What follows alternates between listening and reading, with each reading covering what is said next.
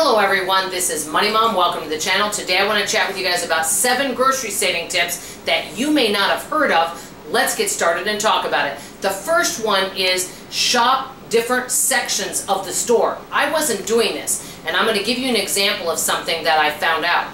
Okay, so I was grocery shopping and I noticed I needed some cheese, so I just always go to dairy. Well, then I happened to go by deli and said, hey, they've got some clearance cheese over here in the section in deli, and it's cheaper than what's over in dairy, and it's pretty much the same thing. So I put my dairy cheese back, and I got the cheese from deli. Now, another thing I noticed is I saw a customer while I was doing a demo. This is a while back at one of the grocery stores, okay?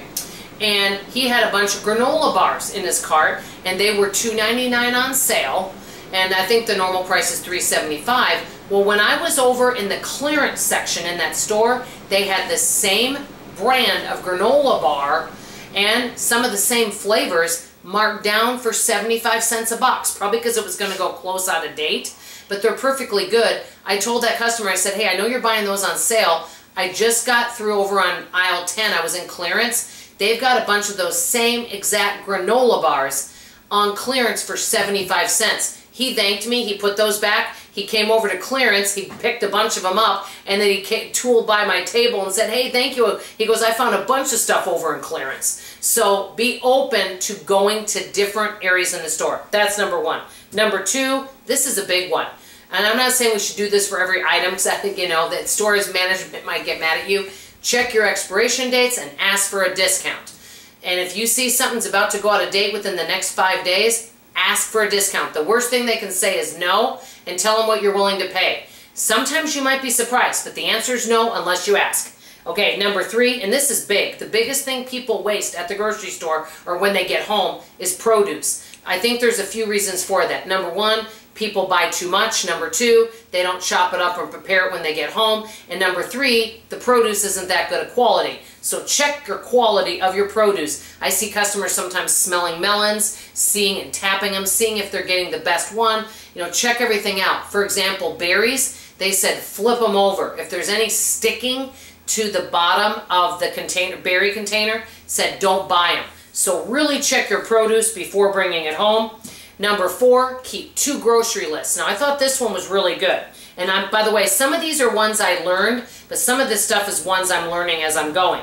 Okay, so now keep 2 grocery lists. Number 1, keep stuff you need each week. Stuff that you know or stuff you may need that week. So for example, let's say you're going to make a homemade lasagna. You know, oh, I'm going to need ricotta cheese, I'm going to need lasagna noodles. So keep one of those lists of things you need that week. And number 2, keep a running list of things that you run out of all the time. I'm learning that from doing once a month grocery shopping.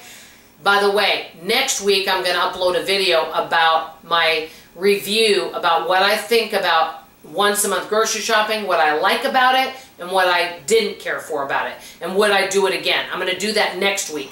But keep a running list of things that you notice you run out of really fast. For me, I didn't know that we ran out of almond milk as quickly as we do, but I found that out. So keep a list of all the things that you go through the fastest, so you make sure to be really stocked up on those items. I thought that was good. And then I added this one, and this may be something I incorporate. Number 5, have a what I call a fill-in week. So let's say you go grocery shopping every single Wednesday. And so you grocery shop that one Wednesday, so let's say you want to grocery shop the next Wednesday. Out of habit, we keep buying things. What you do instead is you ask yourself, well, what can I not buy this week? What can I do without buying this week? What can I get away with not purchasing? Let me buy the things that I need to fill in. Okay, I know we need eggs. I know we need milk. I know we need bread. Hey, we've got plenty of these other things. And so ask yourself what you can do without that week. And maybe instead of spending $175 on groceries, maybe you only spend $50 on all the things that you're just filling in. And then that way you use up what you have at home, less waste. Okay? So I call it a fill-in week. Kind of, in other words, the waiting game.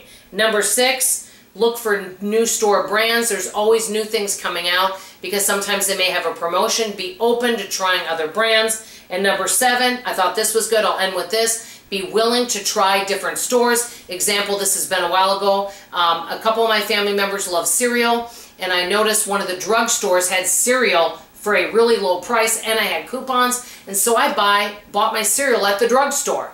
So be open to going to more than one store, because some of these stores may have really good deals or have loss leaders or have clearance sections. Be open to not just going to one place. So these are my 7 tips that you may not have heard of or you don't hear that often. I want to hear from you. Share in the comments below a grocery saving tip you don't hear a lot and we need to hear more.